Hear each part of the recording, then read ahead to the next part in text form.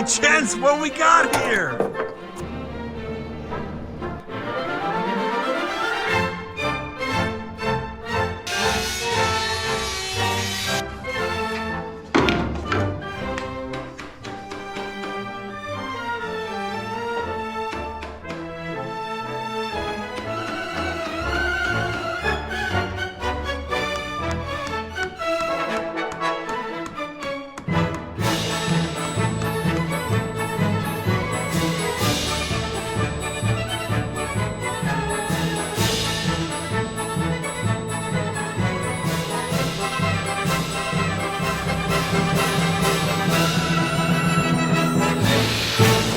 Well, welcome back to Shoptime. My name is Patrick Tipton.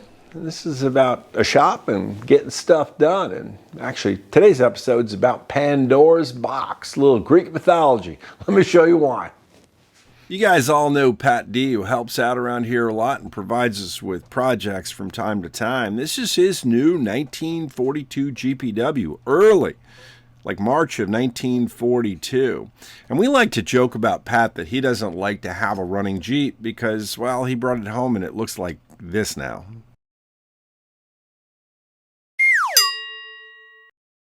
So this is a super original early Jeep that went through a restoration by the previous owner, and he did a nice job on it. But he definitely used a decent amount of Bondo and left a bunch of holes in places they don't belong and didn't straighten some stuff that could have been straightened. So Pat started taking things off and looking and saying, man, there are a lot of holes in this fender. Looks like the fender, the Jeep must have been involved in an accident. It crushed the grill in the front passenger side and messed up the fender in this area as well. So anyway, he had some guys coming up to pick up some parts, which we'll talk about a little bit later in the episode, and said, hey, do you mind if I bring up a few parts of this Jeep and we'll ruin the paint and fill some holes? So grabbed the old TIG welder, which I love, and we filled a bunch of holes in the fender and did a little hammer and dolly work to make things line up a little bit better. And then we turned our attention to the grill, which was not a nothing project. I'm guessing lots of you guys know that the original Willys design for the World War II Jeep grill was made up of a bunch of strips of steel, and we call them slat grills for a reason, that were welded together. Now, when old Ford got a hold of the contract to become the quote-unquote second supplier of World War II Jeeps, the first thing they did was look at that grill and say, man, that is a manufacturing nightmare, which of course it is, because it required that you cut all those pieces of metal and then weld them together. Bends, yada, yada, yada. So old Henry and his engineers at Ford came up with the now ubiquitous and very well-known design of the World War II Jeep grill. So there's a little irony in the fact that Ford designed the grill that Willys adopted as their logo post-World War II. But there's a whole story behind that one too, and a bunch of litigation, and it was a mess. But anyway, Willys made 25,000 slat grills and then adopted a form of this stamped out grill that Ford was already using. And that became this more or less standard grill. There are differences between the Ford-made version and the Willys version, although from a quick glance, not so much. This happens to be a very early Ford version, and again, there are later changes that were made. As I mentioned before, this vehicle was in some sort of an accident, and that lower corner was hit. And while somebody had straightened it a little bit, it was still really out of whack, and it just didn't look straight. And you could kind of force it to bolt in, but it bent some parts on the fender that you saw straightening before. And so Pat said, how do we straighten this? And like the rest of any body panel straightening, you kind of have to get everything straight in order for it to go back correctly. And you don't always see where things are out. So you kind of start in a place and say, that looks like it's bent back there. And you start flattening it. And then you look down a little bit lower and you realize, well, wow, it's kind of rounded there and it's supposed to be flat. So you spend time flattening that. And then you realize the top is kicked out. Well, it must have been bolted in. And when damage happened, it kicked it forward. And so you just kind of circle around, and we spent about an hour and a half doing it using hammers and dollies and a piece of rod that happens to fit into the little slots for the grill, and let us straighten some of those which were bent as well. And so, you know, I think, like always, I would say to you, if you have a grill that's beat up, and most of them are, Murph, we're going to do a real detailed episode on that, because Murph's grill's got some pretty good beating on it, but it'll come out great, and I will show a little bit more detail here. But Pat and I spent, you know, a couple hours, got it looking pretty darn sharp. I'll show you in just a second how it came out. World War II Jeeps have something called caged or captive nuts on them to make installation easier in some places where it's hard to reach the nut. And so we had to replace a couple on Pat's grill. Not a big job, but a little bit careful work. You never know why there are extra holes in things, but there were 4 or 5 extra holes in the grill too.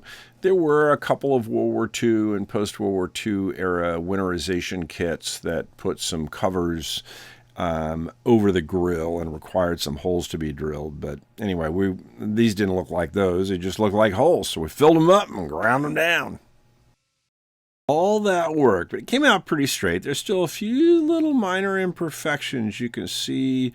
Right below the marker light, there's a little dent there, and we probably could have gotten that out, but Pat was happy with it, and yeah, I think the grill looks pretty sharp at this point. It's straight, and it's going to look nice once it gets repainted.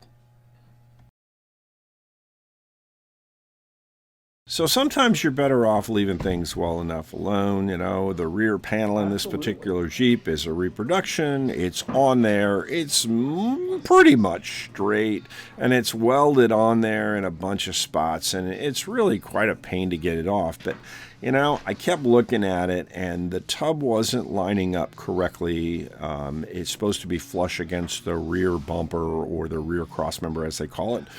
And part of the problem, the more I looked at it, was that it hadn't been put on completely square. And it looked okay on the top, but on the bottom you could kind of see where it had been bent out. There's metal, some bad welding in the way, just a lack of preparation for putting this panel in place. And so the more I looked at it, the more I decided that, well, let's see how hard this would be to get it off. Now, I'd already split the driver's side. There was some welding in there, and I had gotten that to come off so I could move it around a little bit. And the more I looked at it, I was like, man, that came off pretty easy. Let's take the other side off.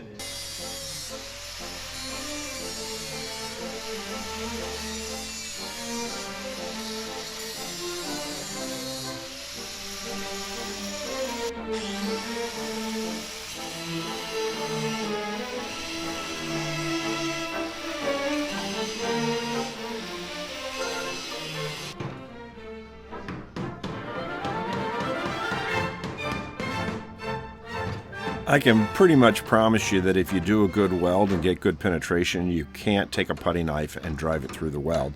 But that's exactly what I'm doing here. Pat cut it and weakened it a little bit, and then I took that putty knife and just split down the seam, and it popped right open. There's a little bit more boogery welding on the back that Pat's, again, just nicking it, give me a little bit of less material to work with, and I'll split that thing right out.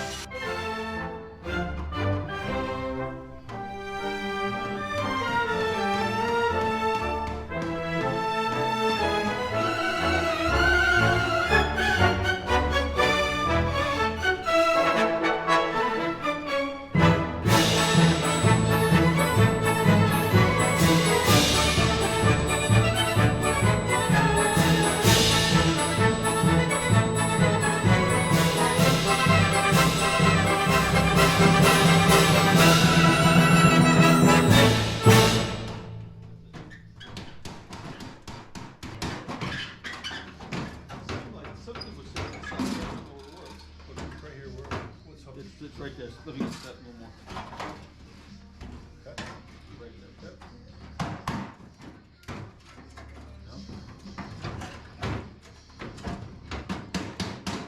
There you go. No harm, no foul. This thing at all.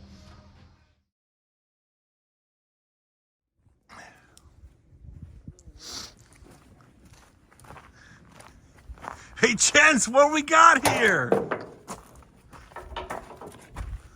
It's got a project.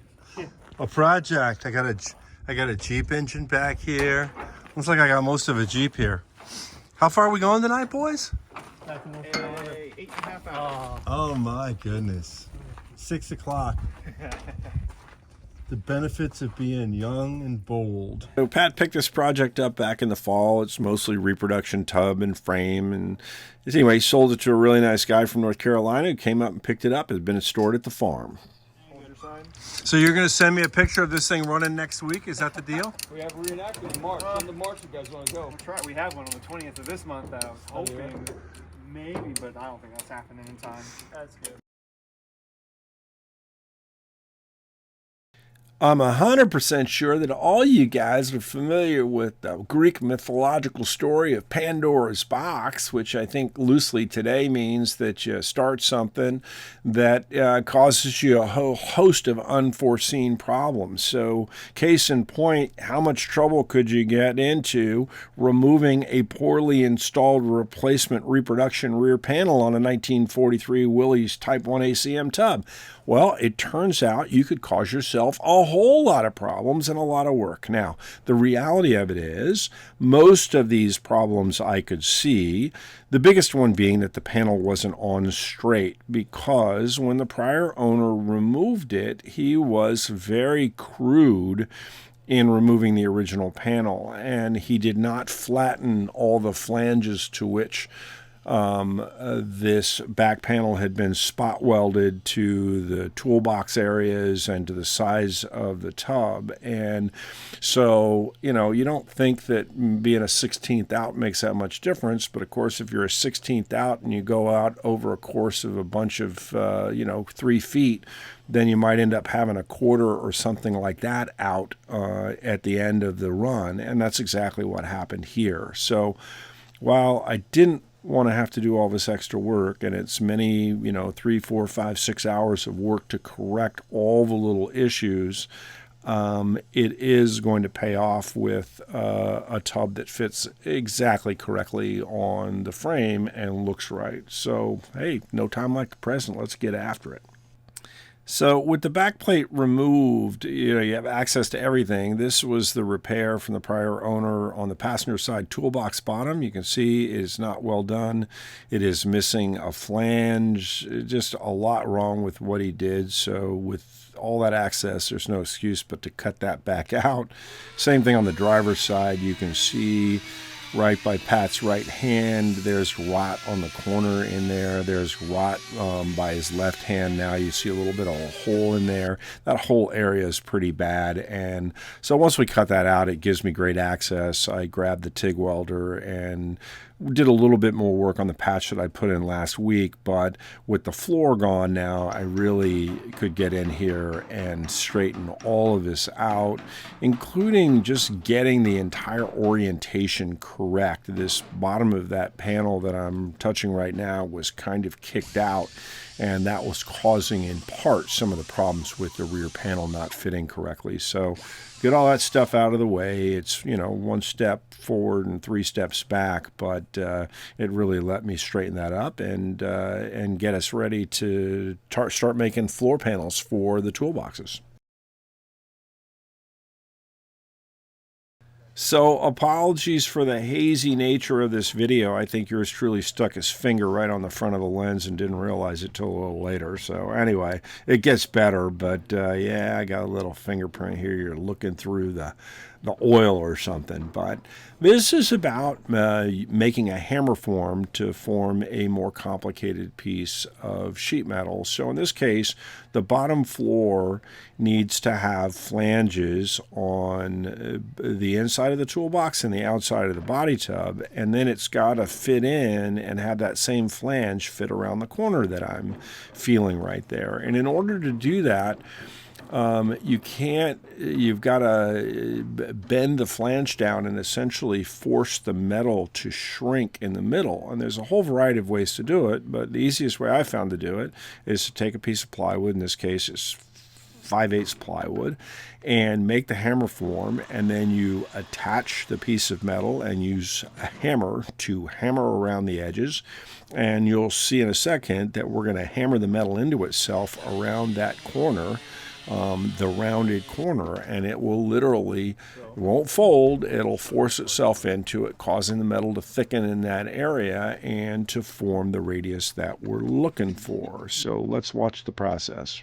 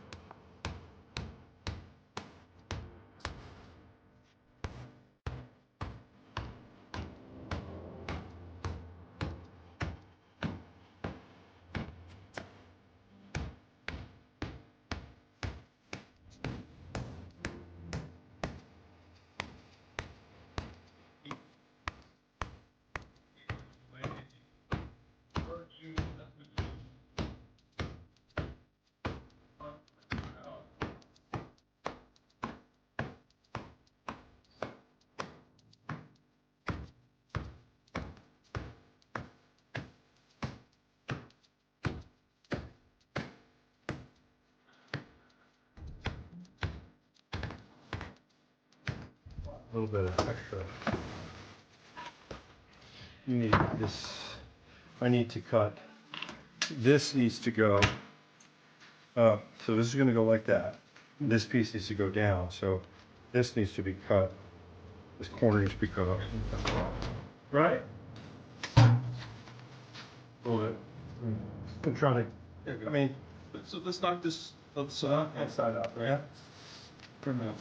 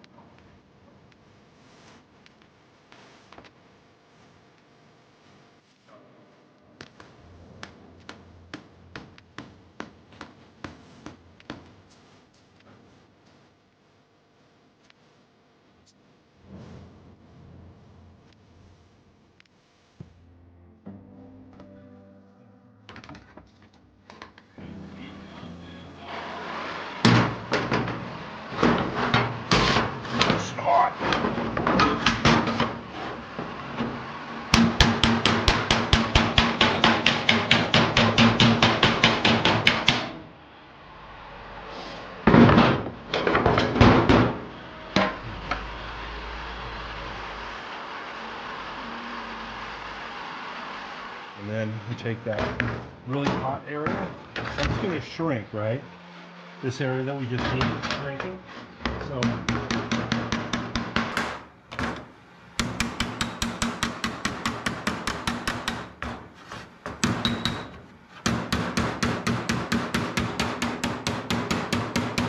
hot, hot, hot.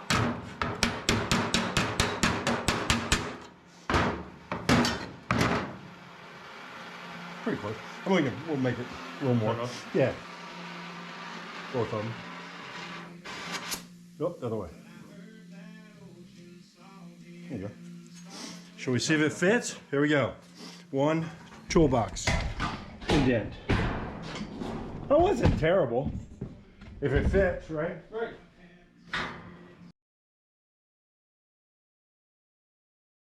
So we finished making both the passenger and driver side toolbox floors and went to go start test fitting them and fixing things, because really we got to get everything straight and repaired before we can put them in.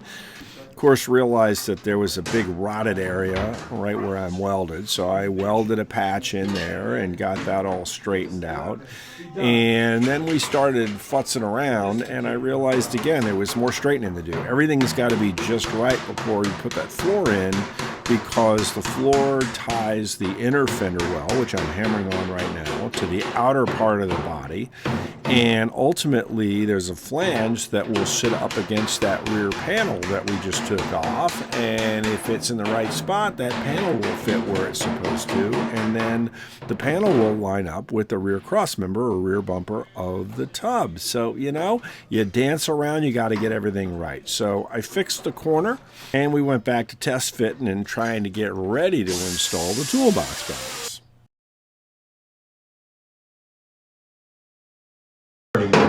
Yeah.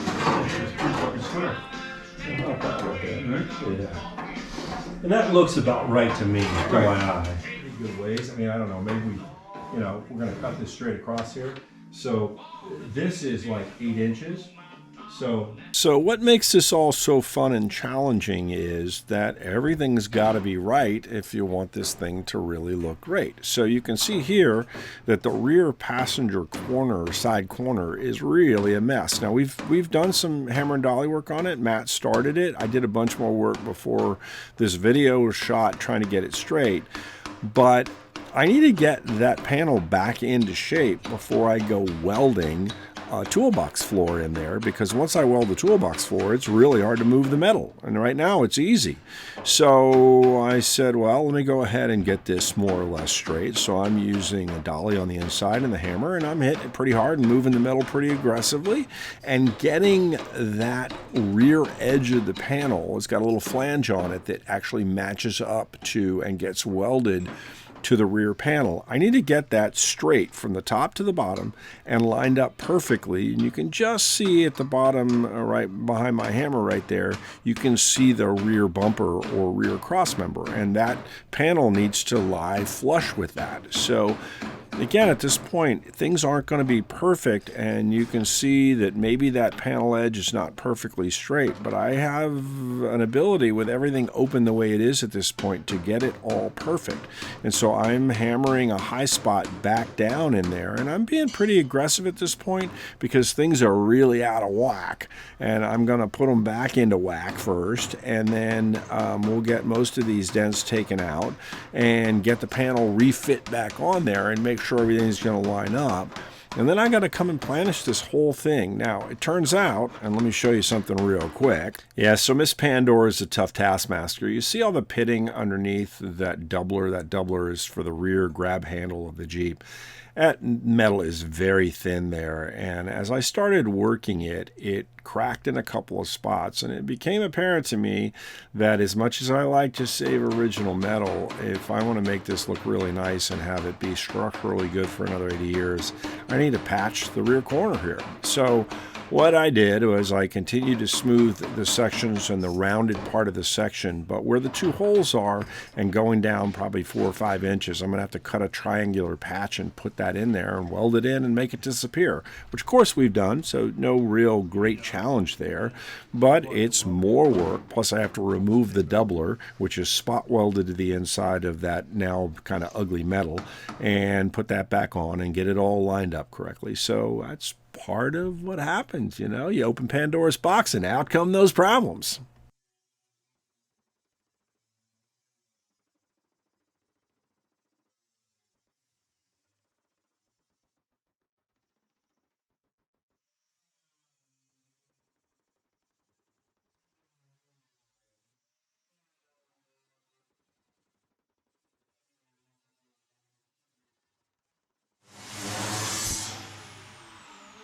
Bada bing. That was good.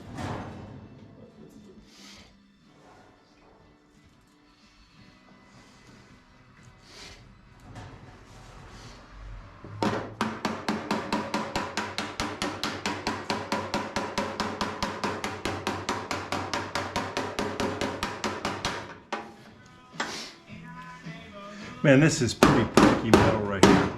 Yeah, I know. I think I gotta weld a new piece in there. You think so? Yeah. Yeah. I think I ain't gonna get it the way I want it, Mr. Dolan. But this is already a lot better. So we spent a little more time and got the panel back installed, and look, I'm happy. It looks beautiful now. And so what's left is 1,000 details. I got to fix the flanges where you see some of those holes and tears and get everything straightened up so that we can spot weld it back to the rear panel. I got to fix the lower floor back there too.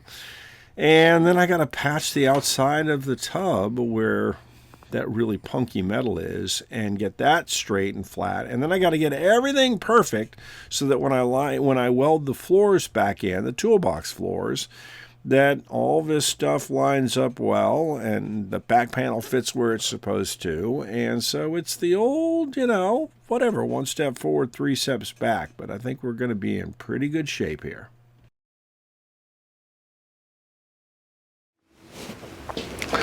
So, when I say keep your corners square, it's more of an admonition to me than it is to you to try to do my best work all the time. So this rear panel's been bothering me, particularly when we put the tub back on the frame and saw that everything didn't quite line up. And again, it doesn't take a lot of error in 1 or 2 spots back there to get it to be off 1/4 or 1/2 inch, which is what it was. So I knew it had to come off, and I knew that when I took it off, it was going to mean more work, and it does. There's a lot of work to do to fix those flanges, and I've got to get the rear panels, everything just perfect so that the Jeep really looks great when it's done. But the answer is it's going to be worth it having done that, because honestly, if we had left it the way it was, that panel wasn't going to fall off, but those welds would have cracked, and eventually it would have gotten loose. And it's not that much more work, and again, I'm going to be much happier when I look at that rear and look at the tub and see that everything lines up just perfectly. So I'm happy I did it, even if it is more work for me.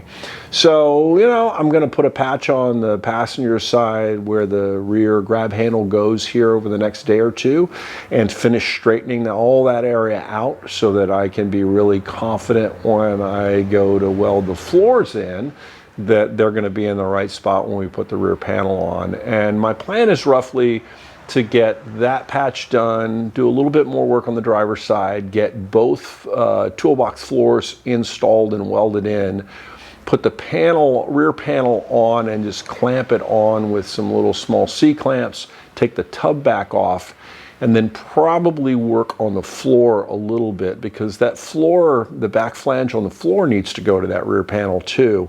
And I'm going to be better off straightening that without the rear panel being on there, at least in part. So I'm going to have to put the tub on some sawhorses, and then I can get in and kind of reach underneath it and do some hammer and dolly work and some shrinking and what have you, and get that, better. I'm not going to make the floor perfectly flat. I say that, I probably will by the time it all gets said and done, but I'm going to get it looking okay. It doesn't bother me. I mean, people will be jumping in and out of it.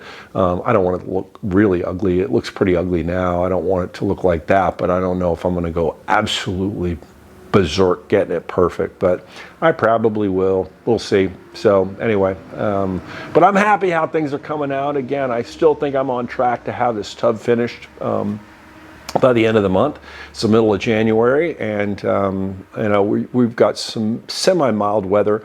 I think I can paint here, possibly. We're in the low single digits this time of year, January and into February. We've been pretty mild. We've had some 50-degree days, so I may get away with being able to paint this thing, but I'm still pushing.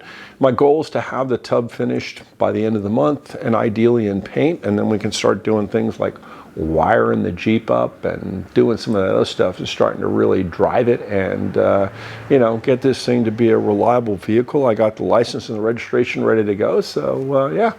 So with that, I'll say I'll see you guys again next week. Thanks as always for being here. And if you're enjoying the channel, help us out and help us grow a little bit by recommending it to a friend or posting it on Facebook or Instagram or anything else you want to do. We appreciate that.